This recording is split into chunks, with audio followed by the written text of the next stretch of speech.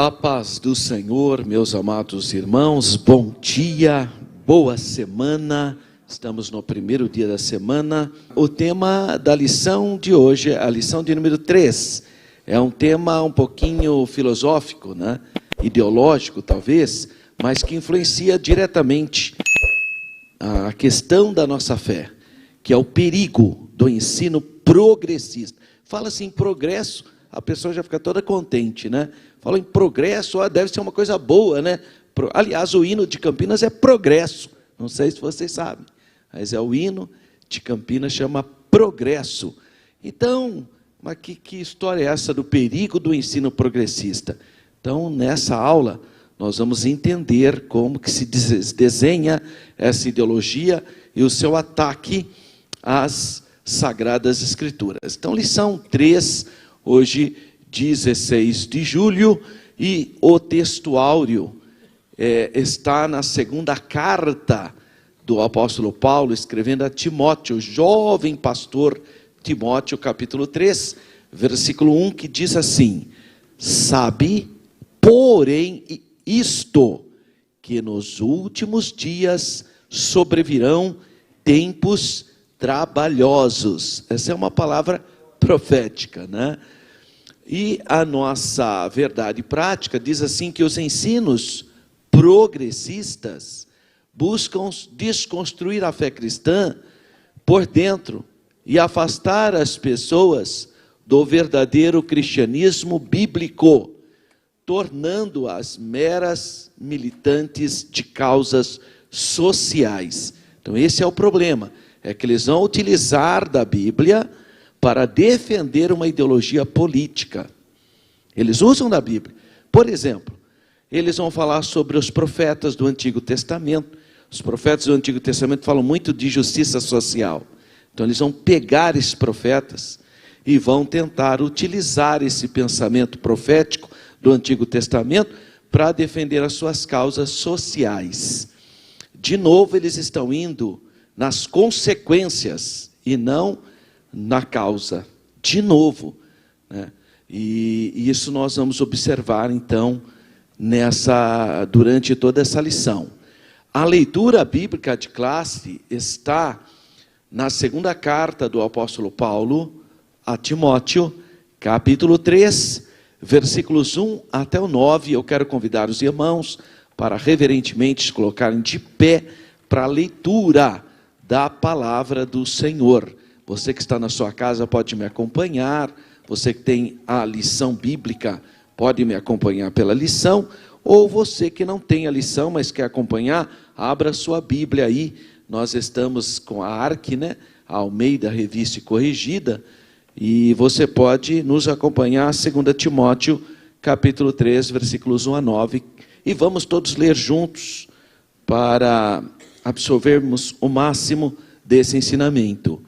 Então, o versículo 1 diz assim: sabe, porém, isto, que nos últimos dias sobrevirão tempos trabalhosos, porque haverá homens amantes de si mesmos, avarentos, presunçosos, soberbos, blasfemos, desobedientes a pais e mães, ingratos, profanos, sem afeto natural, irreconciliáveis, caluniadores, incontinentes, cruéis, sem amor para com os bons, traidores, obstinados, orgulhosos, mais amigos dos deleites do que amigos de Deus,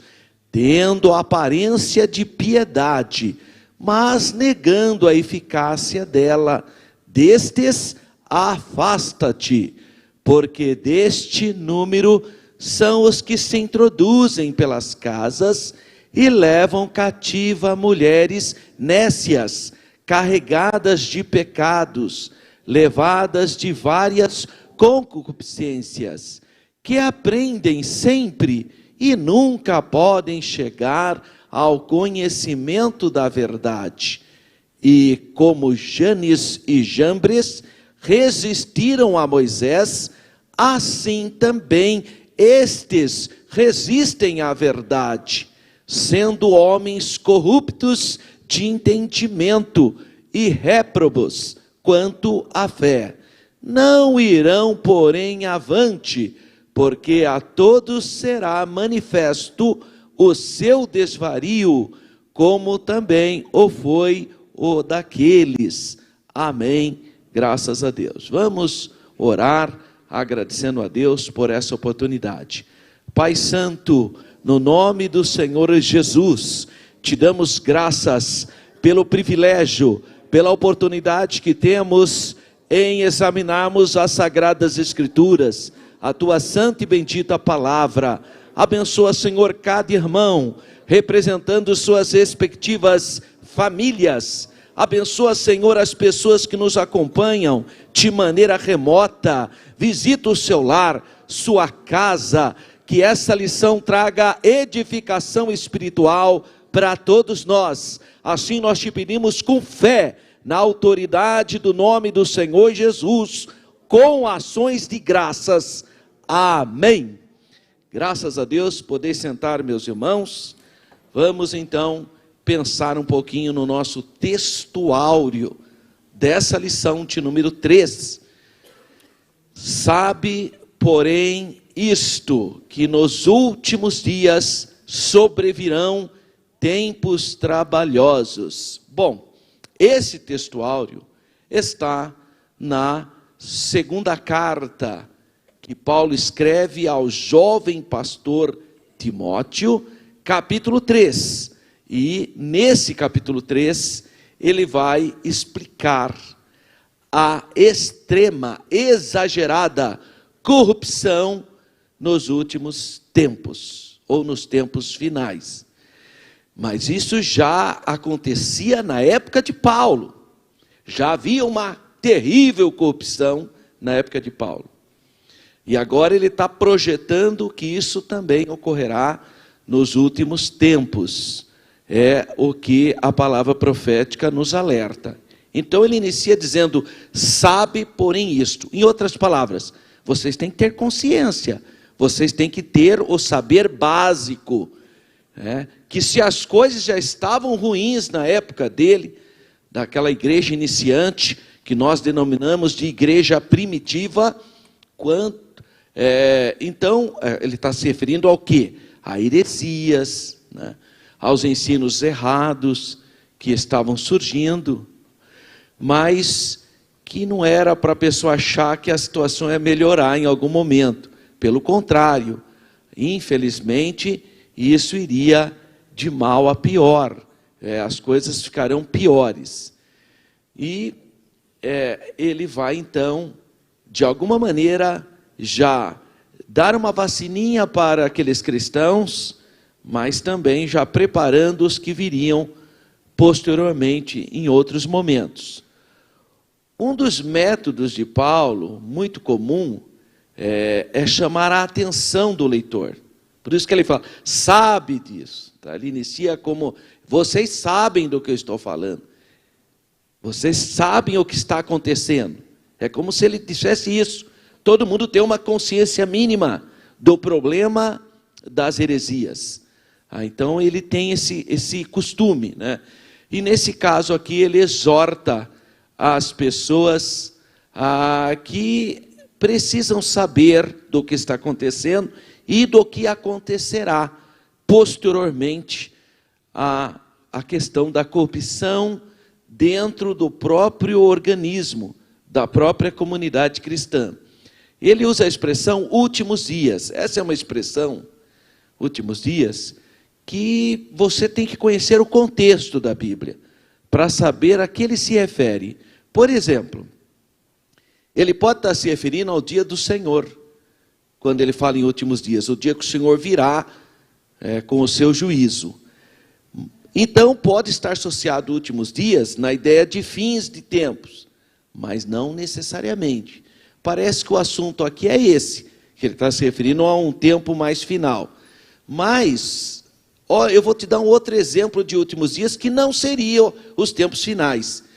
A profecia do dia do Pentecoste fala: e acontecerá nos últimos dias, diz Deus, que derramarei do meu espírito sobre toda a carne. Mas os últimos dias foi no dia do Pentecostes.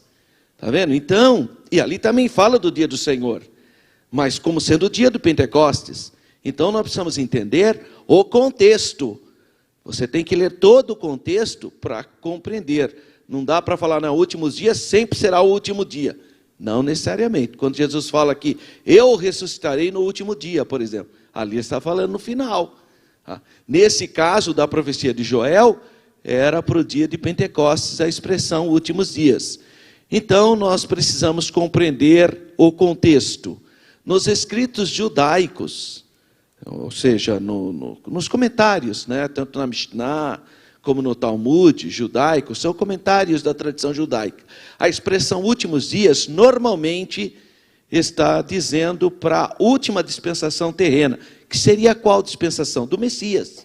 Então ele vai usar a expressão últimos dias apontando para o advento do Messias, porque eles ainda estão esperando o Messias. Ainda nesses escritos judaicos, últimos dias, se aplica então ao período que Cristo reinaria na terra.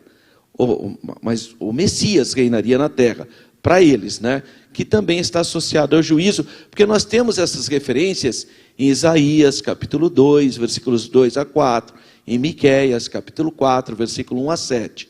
Nas outras ocasiões, ainda dentro da tradição judaica, ele sempre indica a era messiânica, que é um período então final para a humanidade, que é o reino messiânico. Já na fé cristã, últimos dias, para nós, pode indicar o período do Evangelho, porque é o período da graça, não é? É a última oportunidade do gênero humano.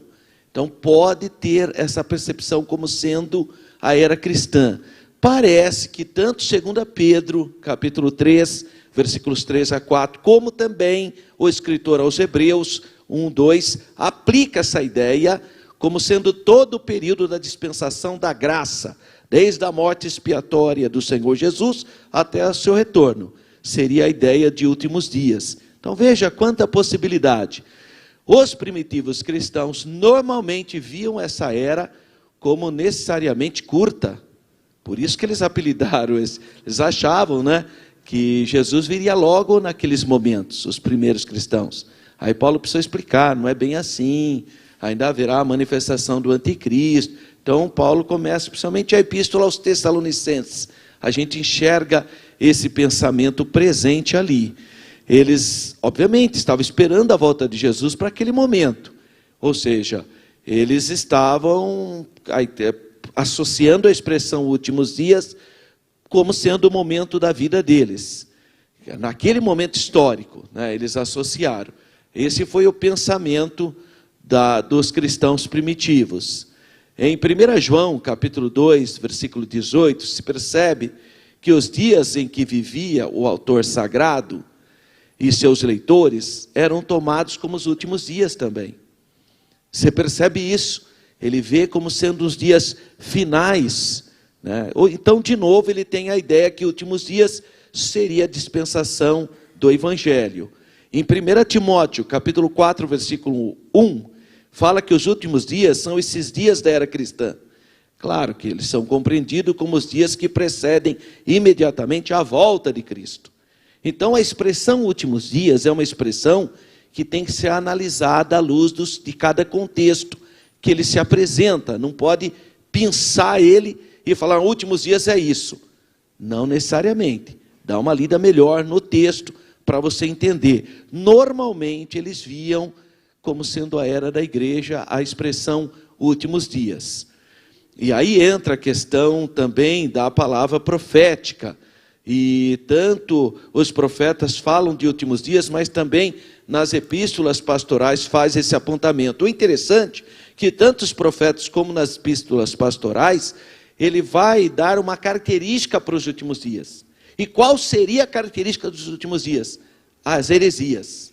A presença de ensinamento errado, ou seja, a heresia leva à apostasia. Então, as heresias levam o indivíduo a negar a Cristo.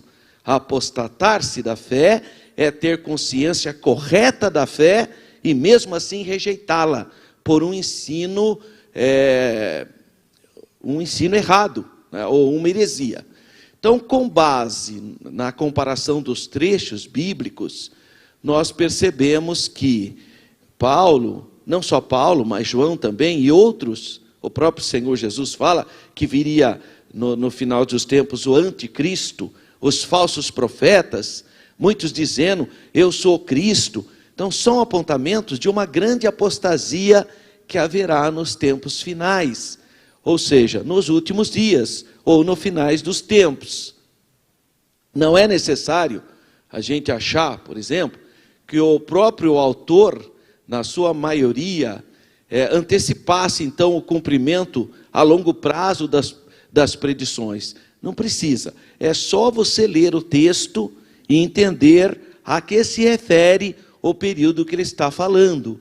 Se é um período bem posterior ao período que ele está vivendo, ou se é exatamente naquele momento. E a parte B do versículo diz assim, sobrevirão tempos trabalhosos. Isso já estava acontecendo no primeiro momento, lá na época dos apóstolos, e acontecerão e acontecem hoje ainda. Tempos trabalhosos. O que ele quer dizer com tempos trabalhosos? O verbo está no futuro. Então, o autor sagrado descreve a sua própria época, de acordo com o ponto de vista de Paulo, ou seja, algo que para Paulo ainda era no futuro, que o tempo futuro viria tempos mais difíceis. Mas ele já estava sofrendo tempos difíceis. Por exemplo, Paulo enfrenta 2 hereges, que a Bíblia registra o nome deles, Irineu e Alexandre o Latoeiro.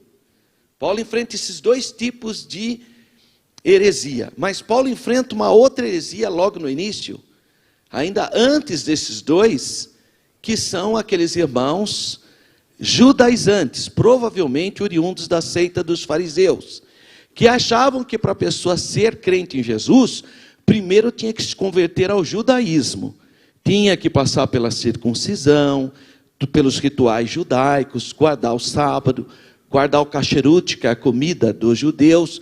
Então, em outras palavras, na cabeça desses irmãos da igreja de Jerusalém, a pessoa, para ser cristã, para aceitar o Messias, para mudar de vida, primeiro tinha que se converter ao judaísmo.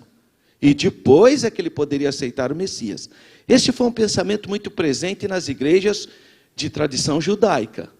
Pessoas que... Mas só que aí que entra o problema. A maior parte da igreja no início era judia mesmo.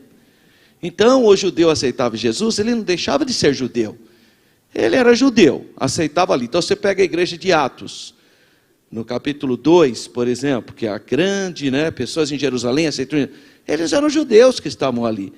Podia ter um ou outro prosélito? Poderia, mas a massa era judia. Então, eles continuavam sendo judeus, eles se comportavam como judeus.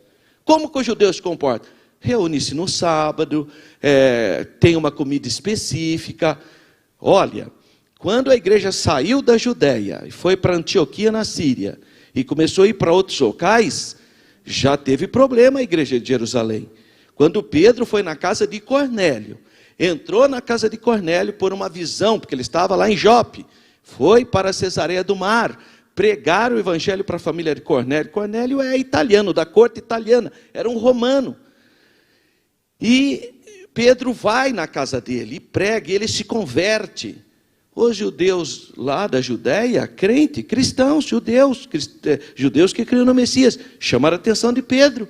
Falei, como isso? Como que você entrou na casa de um pagão e comeu com ele? Você está maluco? Deu maior dura em Pedro. Aí a saída de Pedro foi o pentecostalismo. Ele falou assim, não, mas acontece, de fato, eu entrei, porque Deus mandou, eu tive a visão, contou a visão, ninguém acreditou muito não. Não, mas eu vi um lençol, tal, e todo mundo lá, aquela carona, mas o lençol branco, e Deus falava, mata e come, todo mundo lá. Eu falei, mas acontece que no final, olha só, quando eu estava pregando, aconteceu a mesma coisa que aconteceu com a gente. Aquilo que Jesus falou, que João vos batizaria com água, mas viria um que era mais poderoso do que eu, que vos batizaria com o Espírito Santo e com fogo. E a hora que eu estava pregando para eles, Jesus batizou eles com o Espírito Santo e eles falaram língua que nem nós. A hora que ele falou assim, aí eles aceitaram. Foi a mensagem pentecostal que convenceu aqueles judeus. Olha que coisa. Aí eles falaram, bom, mas então se eles foram batizados com o Espírito Santo, porque na cabeça deles era impossível isso. Como que uma pessoa recebe o Espírito Santo, que nem nós no dia do Pentecoste, se eles não são nem judeus, se eles são gentios, eles comem carne de porco, eles não guardam o santo sábado, eles não circuncidam, como que eles receberam o Espírito Santo? Aí entra o que Jesus falou, não diga impuro o que Deus purificou, glória a Deus. Então a salvação veio para os gentios, porque tudo isso é Jesus que cumpre, em Jesus cumpre toda a lei na sua plenitude. Então quem aceita Jesus, aceitou quem? Aceitou a verdadeira circuncisão, que é no nosso coração, aceitou o verdadeiro sabate, que é o descanso, Jesus é o nosso descanso, aceitou tudo, porque Jesus santifica. A gente ora, o alimento está santificado, irmão. Glória a Deus. Então, a comunidade gentílica de Antioquia não tem nada a ver mais com aquele sistema. Então eu vou repetir, irmão, uma pessoa nasceu judeu, ele é circuncidado ao 8º dia, ele segue a lei de Moisés por identidade cultural, não há problema nenhum. Ele aceita Jesus. Eu lá, quando eu morei em Israel, eu ia no culto, lá o culto era no sábado. Sábado em Israel, o sábado começa às 18 horas da sexta e termina às 18 horas do sábado. O culto lá era sábado de manhã. Segunda-feira as pessoas trabalham. Aliás, domingo as pessoas trabalham, é o primeiro dia da semana. Não tem essa tradição como no mundo gentílico. Então não há problema nenhum, a pessoa nasceu, o crente que mora em Israel, está tudo certo. Agora, irmão, a pessoa que não tem nada a ver, não é de tradição gentílica, aceitou Jesus, serve a Deus, irmão, dentro da tradição dele. Não precisa ficar querendo judaizar a igreja.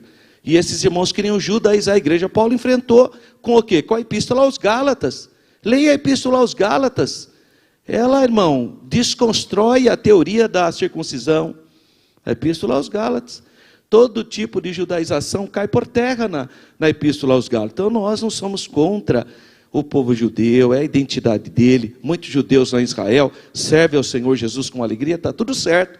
Agora é estranho esses brasileiros travestidos de judeus que ficam querendo pôr judaísmo sobre nós. Isso que é estranho. Tem um deles lá que aparece lá, tem programa de televisão até, irmão, principalmente no Rio de Janeiro.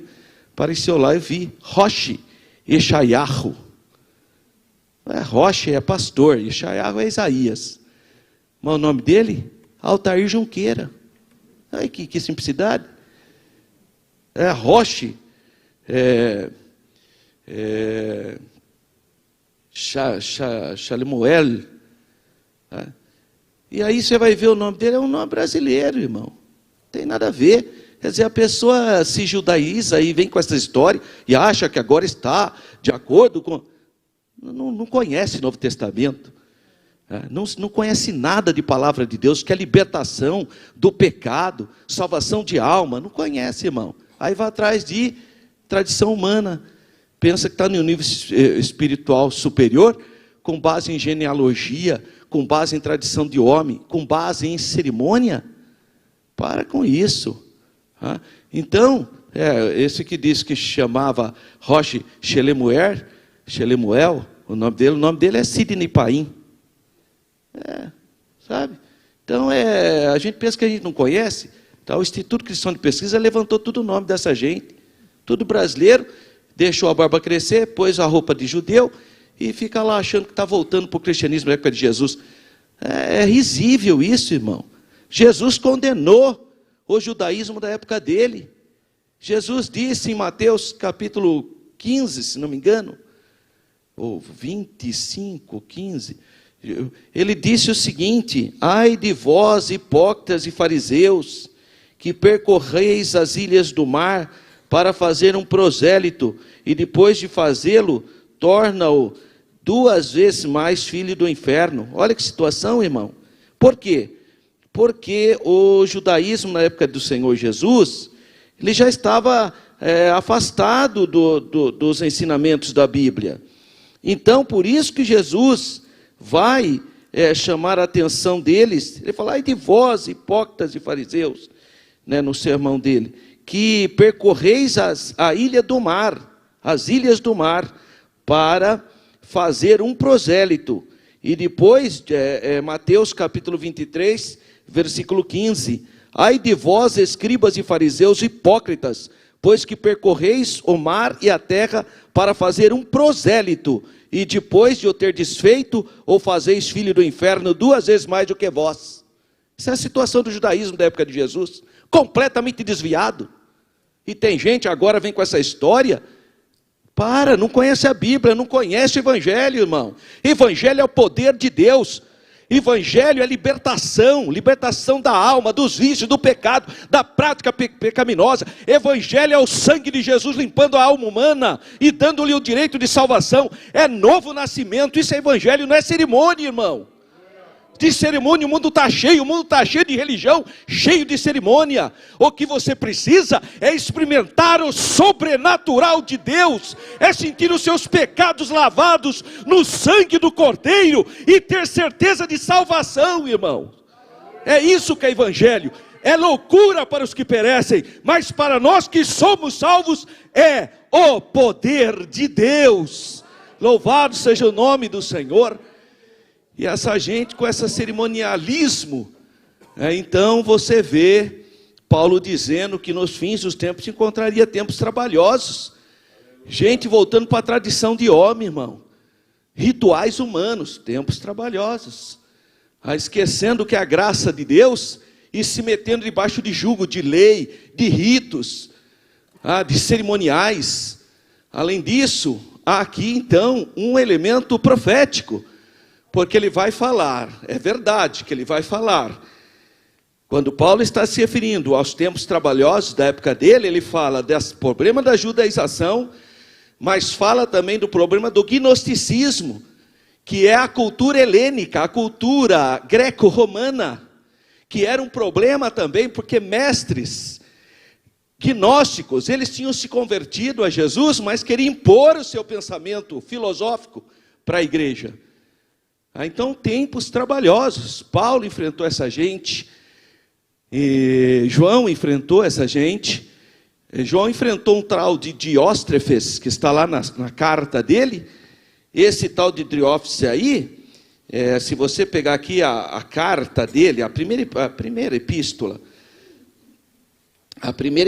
de João, olha só o que ele diz aqui. Eu acho tão absurdo esse camarada, eu acho tão absurdo, está aqui na terceira carta dele. A terceira carta dele,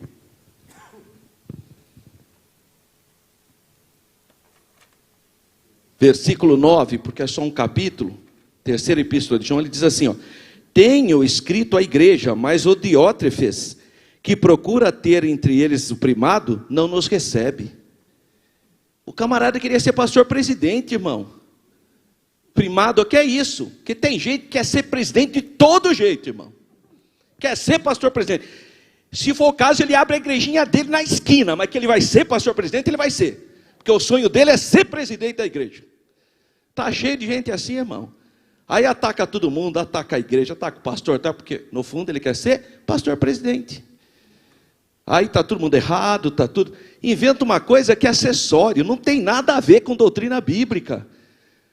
Porque ele quer a primazia entre os irmãos. Em outras palavras, ele quer governar a igreja.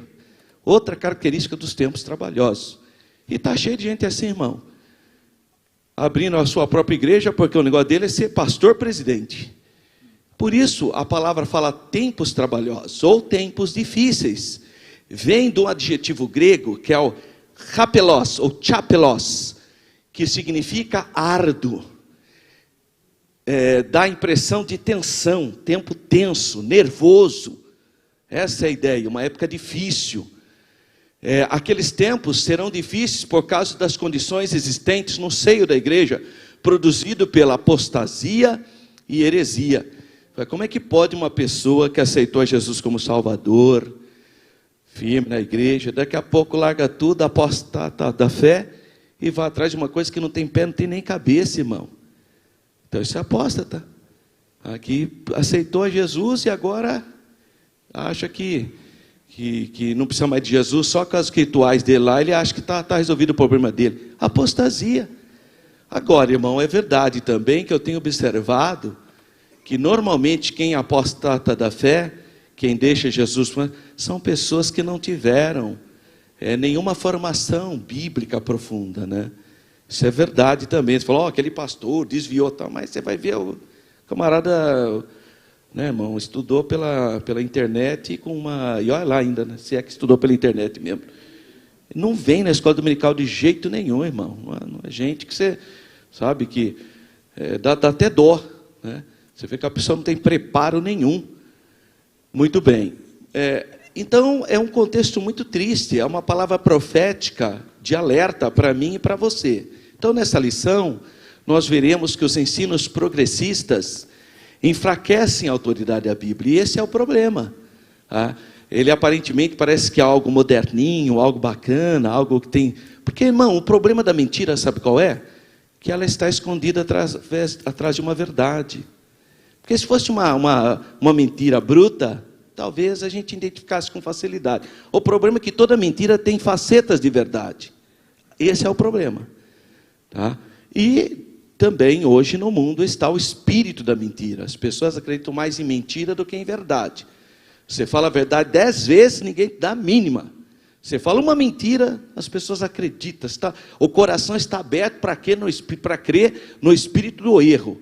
Então as heresias propagam que as escrituras contêm erros.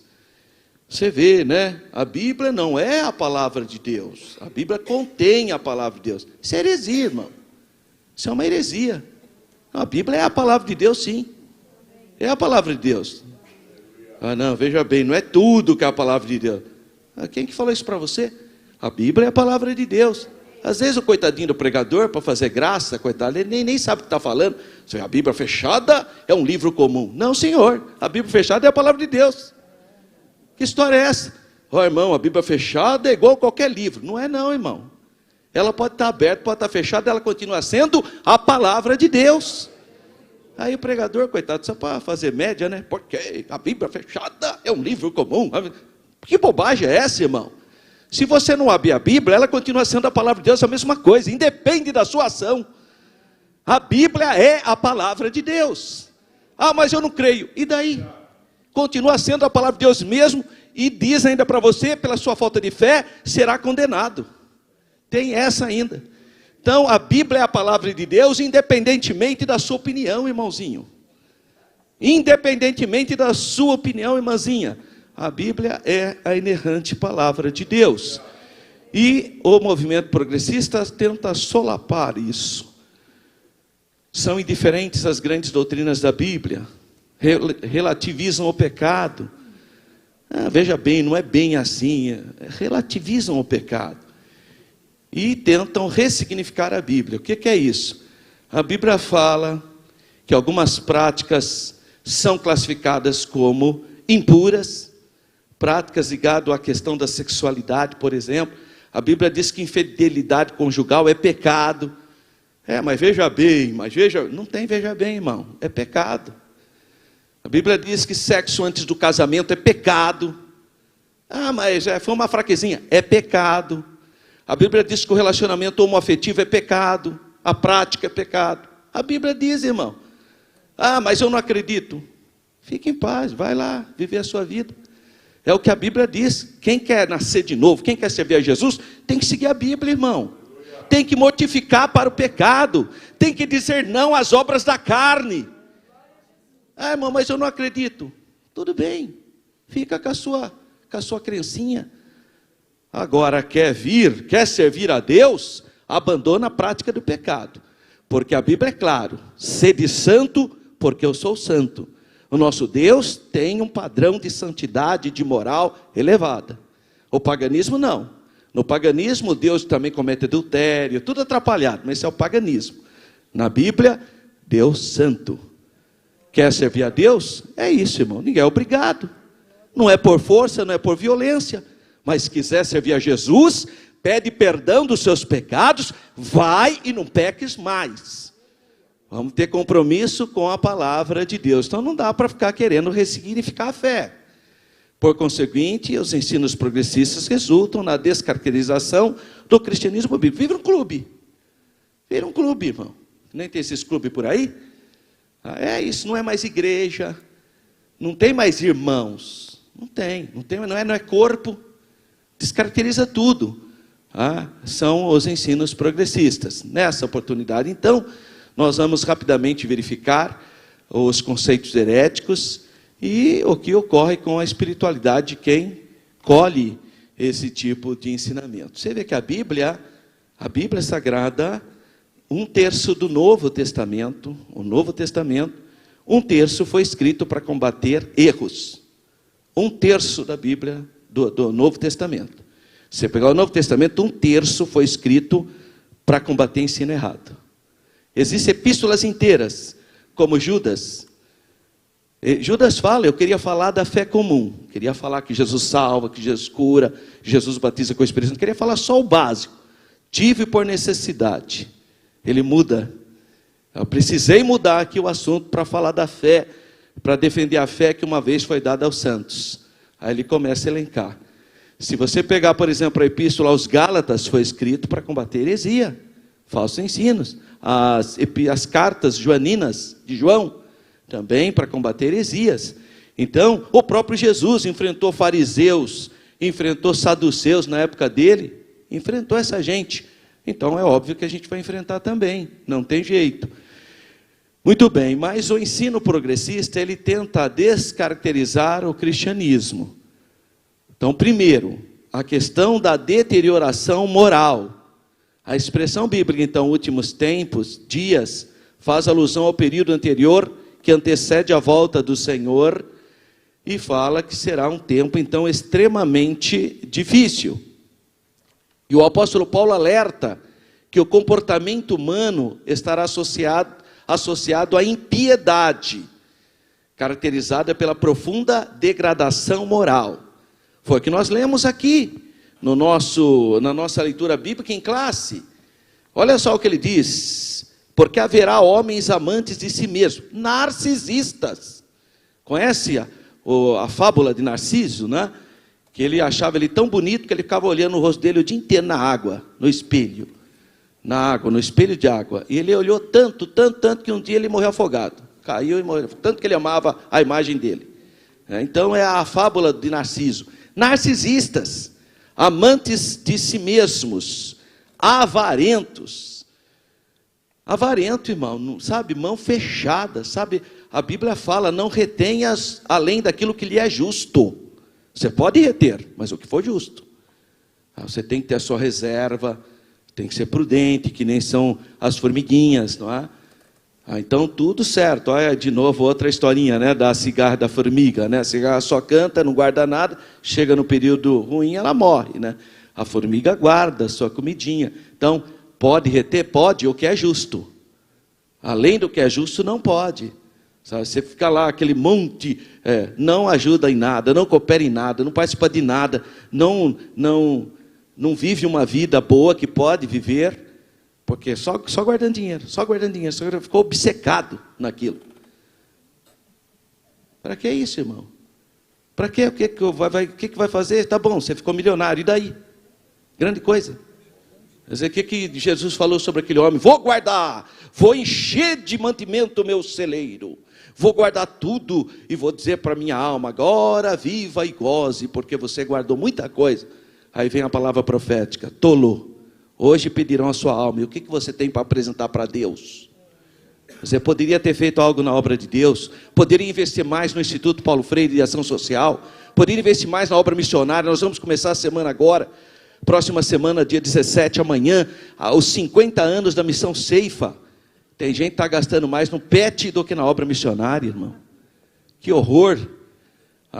Poderia ter cooperado mais na obra de Deus, enviando mais missionário, comprando mais Bíblia, ajudando a assistência social da igreja. Não, avarento, irmão. O que mais? presunçosos, sabe, com o nariz empinado, acha que sabe tudo. Aquele orgulhão, sabe aquela coisa? Tudo já sabe. Você não consegue nem falar perto dela ou dele. Presunçosos, soberbo, blasfemos. Olha aqui, ó, desobediente aos pais e às mães. Desobediente, irmão, não obedece ninguém, não obedece à autoridade. Sem afeto natural. Aí usa uma palavra muito complicada aqui, ó. Irreconciliáveis. Não tem reconciliação, irmão. Caluniadores. Só sabe falar mal dos outros, irmão. Não se alegra com os outros. Se o irmão chega com um carro novo, deve ficar alegre, deve estar traficando, porque onde se viu, como que ele comprou um carrão desse? Deve ser dinheiro do tráfico. Olha que fraqueza moral, irmão. Não pode ver você com uma roupa nova. Ai, que vaidade. Ai, meu Deus, tudo é vaidade, irmão. Vaidade significa fumaça, efemeridade. Tudo que vai, o irmão põe um cabelinho na cabeça e já reclama.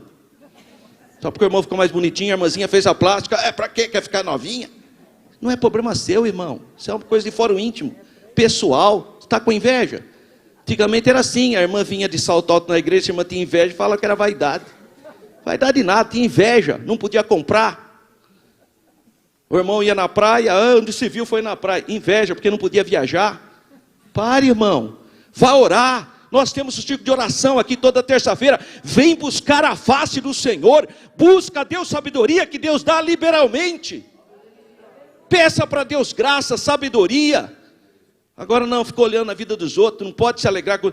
E o dia então que eu publiquei no Facebook uma foto que a minha menininha, a Yasmin, tinha escrito, ela nem tinha sido alfabetizada, e ela escreveu o nominho dela. Eu tirei a foto e pus no Facebook. Sabe o que escreveram? É lógico, o senhor tem dinheiro para pôr a criança em uma escola particular, por isso que ela aprende a escrever rápido. Socorro, irmão.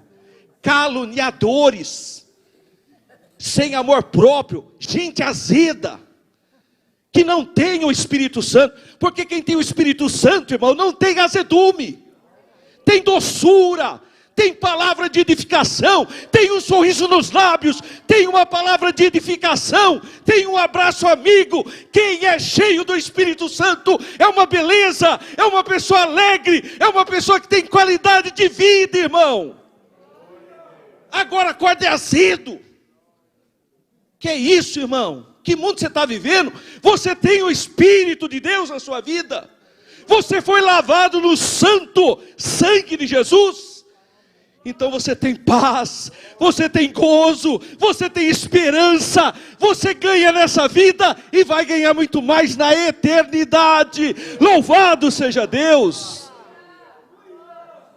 Caluniadores, a Bíblia diz aqui, ó. Que coisa feia, caluniadores, cruéis, sem amor para com os bons. Na verdade é o seguinte, irmão, se você não ama a Deus, você não ama o próximo. Não tem jeito, são os dois mandamentos que o Senhor Jesus deixou para nós. De toda a Torá, do Decálogo, 2 mandamentos: amar a Deus sobre todas as coisas e ao seu próximo. Se você não ama a Deus, você não vai amar o seu próximo. Então quem não tem Deus no coração, não tem amor para compartilhar com o seu próximo. E aqui tem uma lista enorme de atitude inadequada, condenável pela Bíblia. Agora, você quer saber o pior de tudo?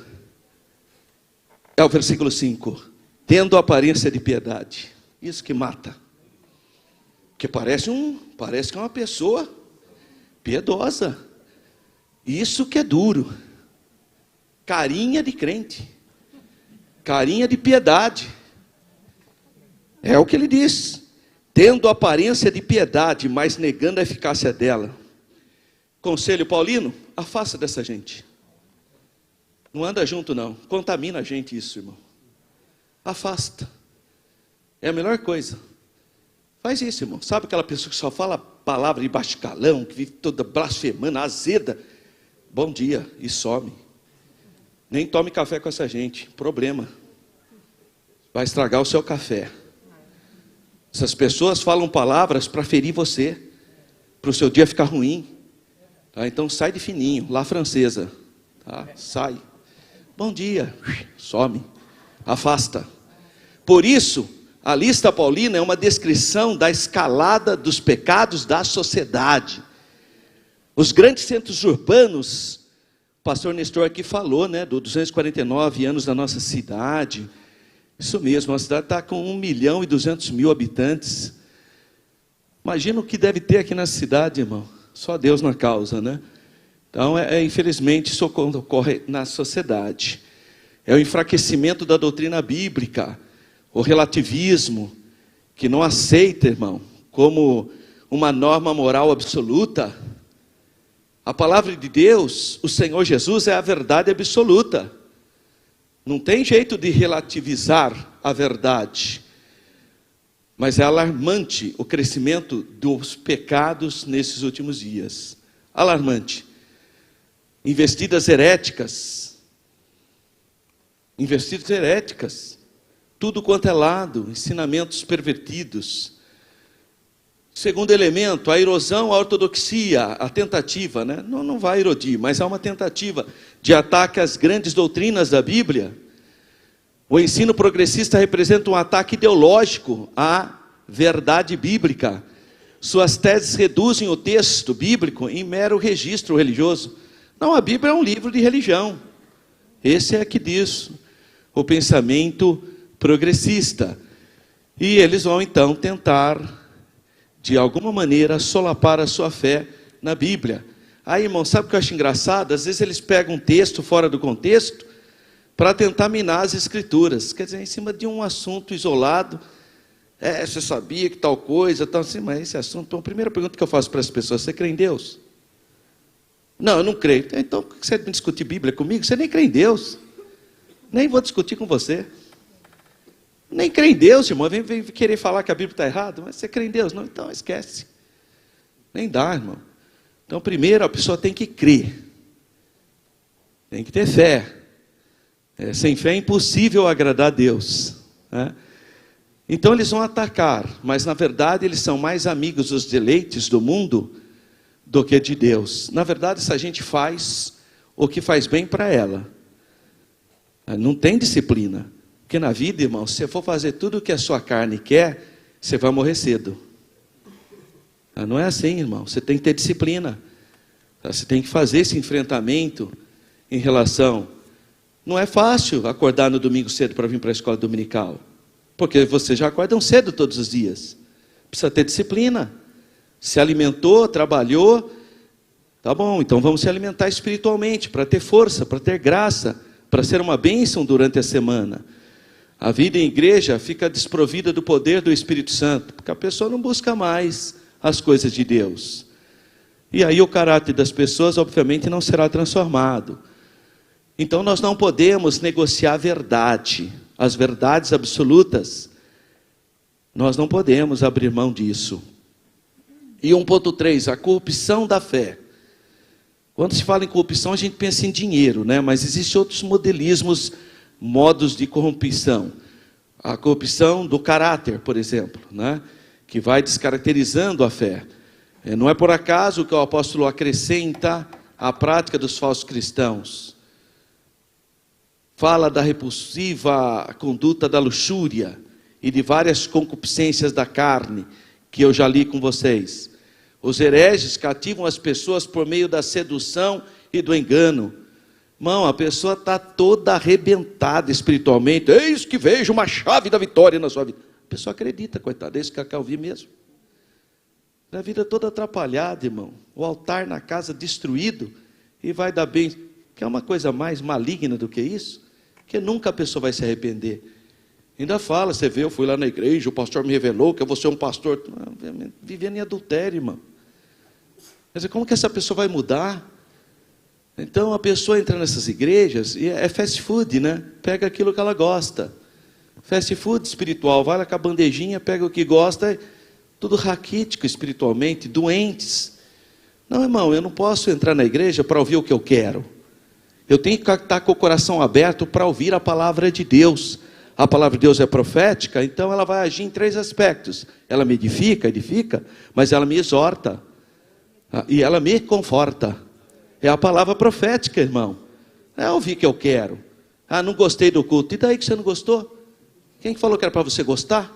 É para você vir, abrir o coração e assumir e recepcionar a palavra profética, irmão.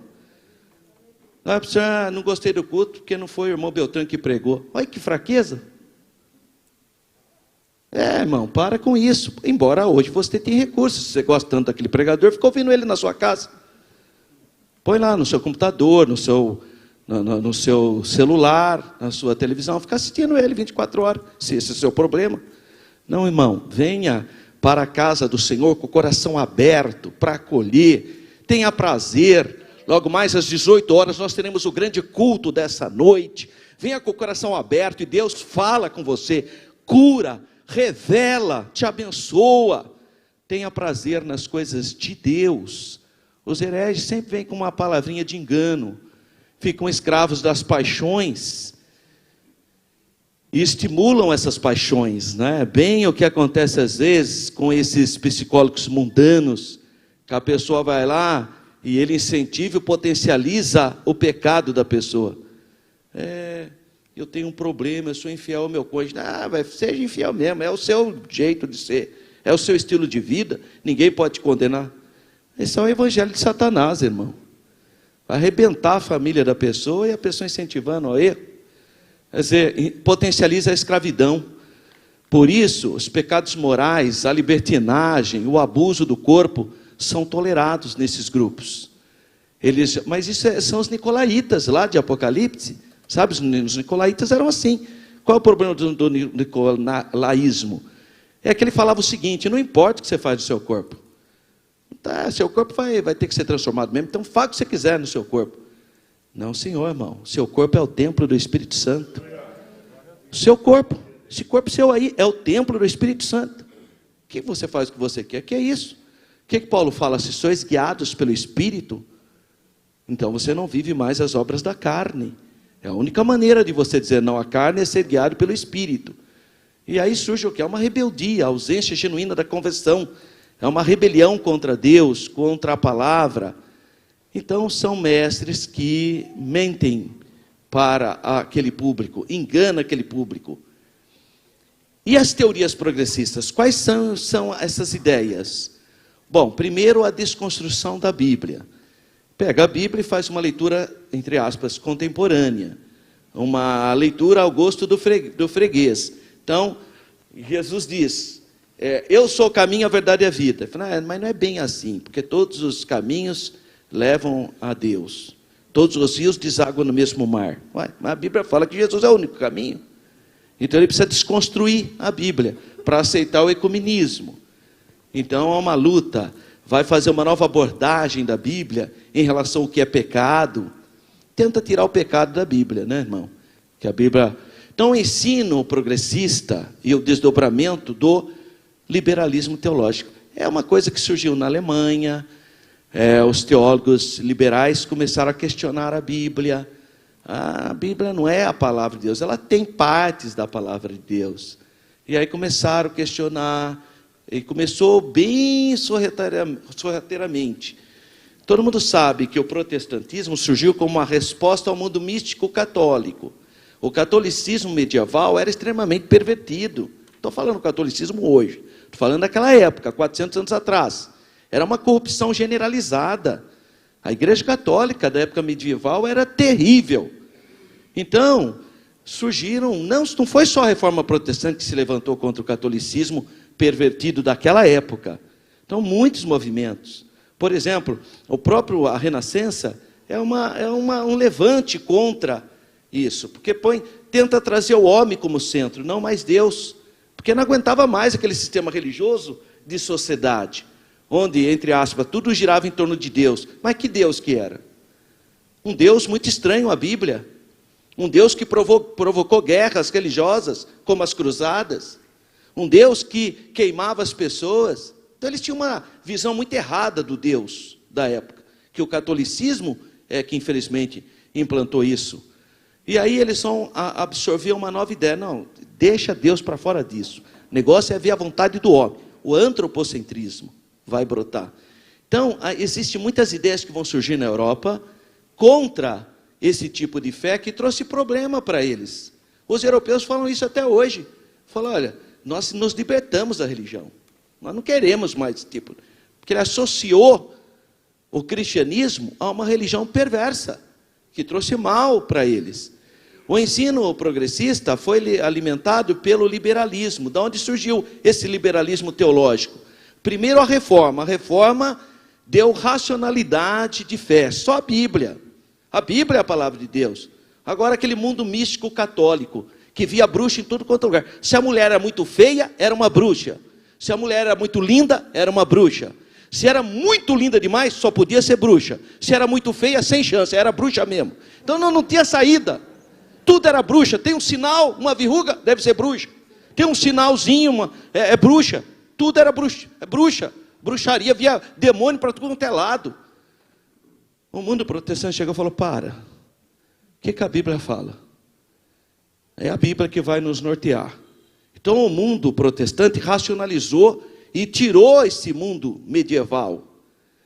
Só que houve um problema. Passando os anos, as pessoas começaram a olhar para a Bíblia e falar assim, mas será que é isso mesmo que está escrito na Bíblia? Tá bom, é só a Bíblia, mas será que é isso mesmo? Começaram a questionar a Bíblia. Então eles secularizaram. Então basicamente o secularismo é um filhotinho do protestantismo tardio, mas passado anos. Porque eles começaram a questionar a Bíblia também. Então, para destruir o mundo mágico católico, usaram a Bíblia. E depois, com o tempo, abandonaram a Bíblia. Deu no que deu, o secularismo. O que nós vivemos hoje. E, então, o liberalismo teológico foi um mal. Tanto é que, quando o pentecostalismo surgiu, era contra o estudo teológico. Os pentecostais eram contra. Porque os pentecostais olhavam e falavam, olha o que aconteceu com a igreja tradicional. Desviou todo mundo. Foi estudar, olha o que deu. Porque nos seminários deles estava o ensinamento teológico liberal. Até que alguém falou, mas pera um pouquinho, o problema é que eles estão estudando liberalismo. Vamos estudar uma teologia bíblica. E aí mudou a história. Tanto é que o pentecostalismo volta dentro de uma sala de aula. Que são os irmãozinhos que estão estudando o livro de Atos em Topeka. E aí Jesus batizou a Agnes Osman com o Espírito Santo, que era uma aluna da escola teológica. Então, foi retomado a ideia do estudo, mas à luz da Bíblia, não mais do liberalismo. Porque realmente o liberalismo foi um problema. Ele vai lutar contra o quê? Contra o que nós chamamos inerrância da Bíblia. A igreja evangélica, mais de 150 países se reuniram em 1974, na que ficou chamada de Congresso Internacional de Evangelização Mundial, em Lausanne, na Suíça. Lá eles fizeram 15 pontos de declaração. O segundo ponto diz, nós cremos na Bíblia como a inerrante palavra de Deus. Essa foi a declaração de Lausanne, em 1974, Billy Graham foi o grande expoente. E aí passou tempo, aí em 1978, em Chicago, um grupo de cristãos evangélicos criou o que ficou chamado a Declaração de Chicago, que foi então a primeira conferência de inerrância da Bíblia. E eles declararam, nós queremos na Bíblia como total palavra de Deus. Então, as igrejas sérias, bíblicas, seguem esses itens. Eu vou mostrar para você, se você quiser adquirir, é da editora Vida. Esse livro conta essa história. Então, ele chama A Inerrância da Bíblia. Quem organizou foi o Norman Geisler, uma sólida defesa da infabilidade da Bíblia. Aqui, todos os versículos que o mundo apresenta como dúvida, é refutado historicamente, arqueologicamente e biblicamente. Então, quem quiser adquirir esse livro, seria muito bom. Chama A Inerrância da Bíblia, da editora Vida. É um clássico. Aqui ele vai contar. Aqui são vários autores que participaram da Conferência Internacional da Inerrância da Bíblia. Tá? Então está aí, o nome é Inerrância da Bíblia, organizado. Por que organizado? Porque tem vários autores. Tá? Muito bem. Então, foi uma resposta. A própria Igreja Assembleia de Deus, ela nasceu com uma resposta ao liberalismo teológico. Ela nasceu em 1914, o Teodoro lá, ele vai falar o seguinte, o primeiro presidente da Assembleia de Deus, Teodoro Bell, ele fala assim, essas Assembleias de Deus se reúnem como uma resposta a todo tipo de pecado, mundanismo e liberalismo teológico. Então a Assembleia de Deus já nasceu combatendo todo tipo de liberalismo teológico. A ênfase do progressista reposa no antropocentrismo. O homem é mais importante, não Deus. Confunde então, aqui é a próxima lição, a lição 4. Confundindo a criatura com o Criador. Esse ensino produz o quê? Egocentrismo. A pessoa pensa que ela é a coisa mais importante da face da terra, né? Quer dizer, a pessoa não tem mais convicção que é uma pecadora e precisa pedir perdão. Então é um falso evangelho. É aquele tipo de tratamento que fica dando placebos, né? Dando remédio que não tem efeito nenhum para as pessoas. Aí, olha o que está acontecendo nesses locais. As igrejas estão esvaziadas. Olha o resultado. O resultado do liberalismo teológico. Vai nas igrejas na Europa, tudo vazio. Não tem palavra. É pastor atrapalhado, é padre atrapalhado. É uma confusão, irmão. Líderes religiosos. As igrejas viram o bar, viram mesquita muçulmana, viram salão de baile, viram bibliotecas. As igrejas na Europa, é isso que está acontecendo. Por quê? Porque pararam de pregar a palavra de Deus como ela é. Se eles tivessem continuado pregando a palavra de Deus como ela é, não tinham caído nesse caos, nesse engano. Por isso lá que eles hoje não completamente atrapalhados. E nesse mundo de tanta doutrina errada, surgiu o chamado teísmo aberto. O que é o teísmo aberto? Acha que Deus existe, só que Ele não está interessado em você. Não, ele não tem nada a ver com a sua vida. E quando surgiu isso? Esse tipo de ideia surgiu quando ocorreram o tsunami, aqui no Brasil, né? Aqui no Brasil a ideia começou a ser fomentada quando ocorreu o tsunami na Indonésia. Acho que agora quase 20 anos atrás, né? Foi no Natal, as ondas lá, teve um maremoto no Oceano Índico e as águas invadiram as ilhas de Sumatra, Bornéu, na Indonésia. Aí um pastor aqui, que já foi até da cidade de Campinas, agora acho que está lá no Nordeste, veio com essa história, que Deus não tinha nada com isso, que Deus não intervém, não adianta ficar pedindo para Deus, que Deus não tem nada com isso. Isso é um desequilíbrio que o próprio homem mesmo fez. Bom, isso foi a fala dele. E aí começou a desenvolver essa teoria do teísmo aberto, que é um Deus que nem sabe que você vai cometer um pecado. Aliás, ele nem sabia que o homem ia pecar, coitado. Ele criou o homem e ficou... O homem pecou. E agora? Diz que ele foi surpreendido. Mas não é só o teísmo aberto que prega isso não, hein? Eu já encontrei pessoas falando isso, irmão. Teve uma senhora que foi lá na casa do irmão, e o irmão me chamou, porque ele, ao invés de vir na escola dominical, ficou em casa tomando café e dormindo até tarde. Aí foi uma turma lá na casa dele, entrou em pânico, ligou para mim, eu estava na igreja da escola dominical, pediu para eu socorrer, e eu fui. Cheguei lá, estava lá, aquele grupinho que disse ser estudante da Bíblia. A primeira coisa que ela falou: Jeová não sabia que o homem ia pecar, ela disse. Eu falei: então o seu Jeová não sabia? O meu Jeová não. Eu falei: então é o seu mesmo, porque o da Bíblia sabia. Não, se Jeová soubesse que o homem ia pecar, jamais Jeová teria permitido isso. Eu falei: então como a senhora explica isso? O cordeiro que foi morto antes da fundação do mundo. Não dá para falar com o senhor. Ela entendeu muito bem o que eu quis dizer, que Jesus, na mente de Deus, na presciência de Deus, já tinha preparado o cordeiro, porque ele sabia que o homem ia pecar. Só que ele deu livre-arbítrio para o homem. Então, essa gente do teísmo aberto chegou à conclusão que Deus não intervém na sua vida. E esse é um problema, porque se Deus não intervém na sua vida, você não precisa orar. Por que você vai orar se Deus não intervém? Porque eu oro para Deus intervir. A minha oração é para Deus intervir. Então é uma teologia de um Deus limitado. Não conhece o futuro em detalhes, não exerce controle absoluto sobre o universo e nem sobre a vida humana. Isso é pregado em igrejas, hein? Olha o detalhe. Afirma que o conhecimento divino das coisas que estão por acontecer depende da ação livre dos homens. Rejeita o conceito da presciência de Deus sobre todas as coisas antecipadamente. Nessa heresia, Deus foi surpreendido pelo pecado no Éden e forçado a redesenhar a história. Bom, mas para fechar o absurdo, eles disseram: não, tsunami não tem nada a ver, não foi um agir de Deus coisa nenhuma, isso é o pecado do desequilíbrio, tanta coisa. Eles se alinharam ao Greenpeace, né? Bom, só que os missionários da Indonésia escreveram para os missionários do Brasil e para o mundo inteiro. Sabe o que eles disseram? Bênçãos vindas do tsunami. Incrivelmente, graças ao tsunami, começou a entrar o evangelho nas ilhas indonésias das pessoas menos alcançadas. Entrou alimento, entraram os médicos, entraram os missionários, abriu muita igreja, muitas pessoas estão sendo salvas, um grande avivamento espiritual, graças às ondas gigantes que varreram a Indonésia. Não é um mistério isso, irmão? Porque tem o trabalhar de Deus. Não estou dizendo que o homem não é responsável pelos desequilíbrios. Claro que é, mas Deus trabalha. Agora, irmão, essa gente não conhece o livro do profeta Daniel. No livro do profeta Daniel, Daniel revela que Deus age na história humana.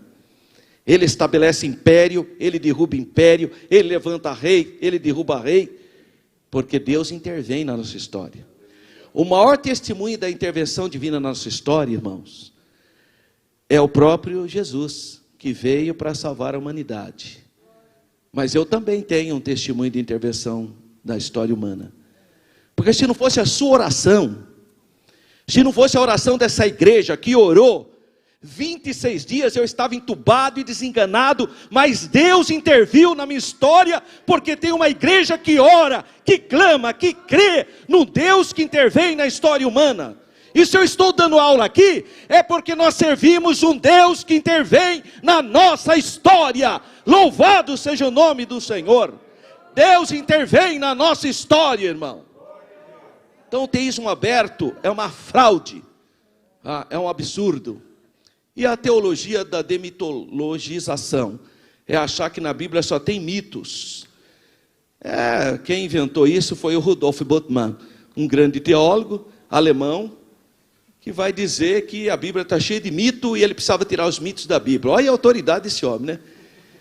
1900, ele pensava que tal, coitado, né? Ele não pensava assim. Eu entendi o que ele quis dizer, mas virou um problema isso. Ele veio com essa história que precisava tirar o que não é da Bíblia, que ali é a tradição humana que entrou. Sempre é assim, né? Essa jogadinha, gente que é boa intenção, né? Aí começou essa cura aqui de Jesus, não é bem desse jeito. Esse negócio que Jesus cuspiu, fez lodo, passou isso, não, isso aqui está parecendo mais um ato de simpatia.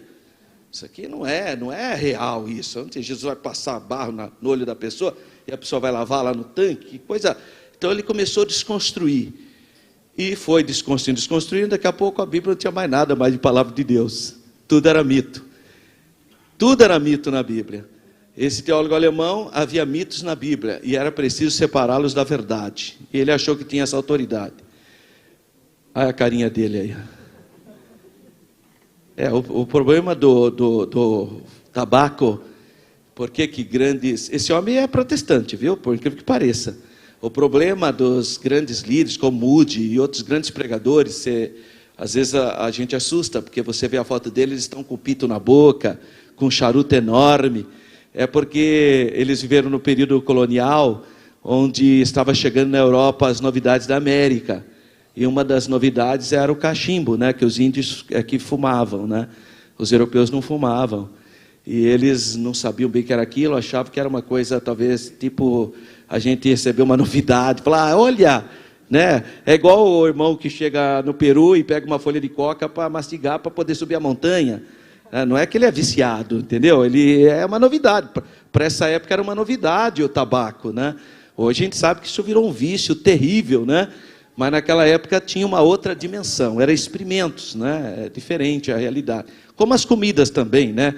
Muita comida que se universalizou, mas era das comidas. Então, irmão, o Rudolf Bultmann, ele começou a dizer que tudo era mito, o demônio era mito, possessão demoníaca era mito, o céu era mito, o inferno era mito. Tudo era mito, daqui a pouco a Bíblia inteira virou mito. Tá? Só que a percepção dele de mito é um pouco diferente da nossa, tá? Não é bem como a gente imagina. Então a doutrina da concepção do nascimento virginal de Jesus virou mito, tudo virou mitologia para ele. E ele vai tentar buscar paralelismo na história pagã. Restaurando então, ou refutando o ensino progressista. Por isso que eu trouxe esse livro, tá? Que ele nos ajuda a entender a autoridade da Bíblia. Aí eu coloquei ele lá também, A Inerrância da Bíblia. É um livro muito interessante, porque a nossa fé continua baseada só na Bíblia. Nós cremos que a Bíblia é a palavra de Deus. E, irmão, para combater esses ensinos errados, nós temos que continuar tendo culto de ensino. É muito importante o culto de ensino, irmão. Nas nossas congregações, toda terça-feira, nós temos um período de oração e um período de ensinamento da palavra de Deus. Escola Bíblica Dominical. É muito importante que continue tendo os ensinos bíblicos, as grandes doutrinas da Bíblia, porque tem que ensinar, irmão. Muita gente fala bobagem, chega na faculdade, enfraquece. Eu estou cansado de ouvir gente falando, irmão, a pessoa era uma bênção na igreja, foi na faculdade fazer história, fazer psicologia, fazer ciências sociais, desviou. Desviou porque não tinha experiência com Jesus, irmão. Porque eu fiz história. E na minha época era a época do total lavagem cerebral. Eu estudei, para vocês terem uma base, um semestre inteiro a Revolução Bolchevique, que é a Revolução Comunista na antiga União Soviética, de outubro de 1917. Só estudei Revolução Bolchevique, um semestre inteiro. Fiquei especialista em Revolução Bolchevique. E Lenin, Trotsky e Stalin. Fiz trabalho, aprendi. Revolução Bolchevique. Meu Deus, meu professor só sabia falar de Revolução Bolchevique. E, no entanto, irmão, eu não desviei por causa disso, não, porque Jesus estava no meu coração. Não estava só na cabeça. Então, irmão, se a pessoa tem compromisso com Jesus, se ele conhece o Senhor Jesus, não vai ser um professorzinho de universidade que vai mudar a cabeça dele, não. Não vai, irmão, porque você tem o Espírito Santo de Deus, você vai ter discernimento, Deus vai te dar discernimento, irmão. Agora, se a pessoa não conhece a Bíblia, não tem experiência com Deus, aí é um pouquinho difícil, né, irmão? Aí torna-se o quê? Uma presa fácil. E outras, essas pessoas também, irmãos, pode observar, muitas pessoas vão para a universidade, quer viver uma vida promíscua. O problema não é só, às vezes ele até conhece a Bíblia, mas ele quer viver a vida promíscua dele. Sabe aquela vida de sexualidade liberada, que é comum na universidade? Ele entra nessa. Tá? Não, você tem que ter postura. Eu lembro, eu estudei na Universidade de São Paulo, irmão. Chegava lá, só tinha comunista e um monte de gente fumando maconha. Só que eu chegava lá, eu parecia um ET, né? Chegava, terno. Não de terno, mas com calça social, camisinha social. Eu falei, esse cara deve ser crente. É mesmo, eu não tenho medo da minha identidade. Eu não tenho medo da minha identidade. Eu sou crente, irmão. Eu fui lavado no sangue de Jesus e não estou nem aí com o que o mundo pensa. Você acha mesmo que eu estou interessado no que o mundo diz? Pare, irmão. Então, saiba quem você é. Qual é a sua identidade? Eu sou membro da Assembleia de Deus, uma igreja pentecostal que crê nos dons espirituais. Agora, irmão, sabe, querem embalar o evangelho, deixar mais bonitinho, fazer showzinho. Estou fora. Eu fico no culto do Novo Testamento. O que a Bíblia diz no Novo Testamento? 1 Coríntios capítulo 14. Tem língua, tem profecia, mas fazei tudo com ordem e decência. É para a igreja pentecostal, 1 Coríntios capítulo 14. Não serve para um monte de igreja que está por aí. Mas graças a Deus, com a nossa simplicidade, a Assembleia de Deus pode ler 1 Coríntios capítulo 14, porque tem tudo a ver conosco. Graças a Deus. E enfatizar a santificação, irmão, orar, tem que trazer o povo para orar, irmão, tem que orar, irmão, não dá para ter uma vida sem oração, você tem que falar com Jesus, tem que acordar de madrugada e pedir para Jesus proteger sua casa. Eu fico admirado com Jó. Jó era o homem mais rico do Oriente, mas ele tinha tempo para levantar de madrugada e orar pela família dele. Não, nem precisava, né, irmão, ele tão rico, com tantos rebanhos, com tanta coisa, tanta preocupação, mas ele acordava de madrugada para orar para os filhos dele. Agora você, irmão, pobre, numa regeci, não consegue acordar de madrugada, não tem nem preocupação, não tem nada. É ruim, hein? Não, irmão, vamos orar. Venha no círculo de oração de terça-feira, venha no culto de ensino, venha na escola bíblica dominical, onde tiver oração esteja, venha no dia com Deus, consagra a sua vida, santifica a sua vida. Deus quer te usar, quer que você seja uma bênção, mas deseja, irmão, precisa ter vontade de orar, né? Então a santificação, ele fala de separar, purificar, consagrar, ele fala das palavras gregas aqui. E para nós encerrarmos, as Escrituras advertem que nos últimos dias haveria essa luta para a descaracterização da fé.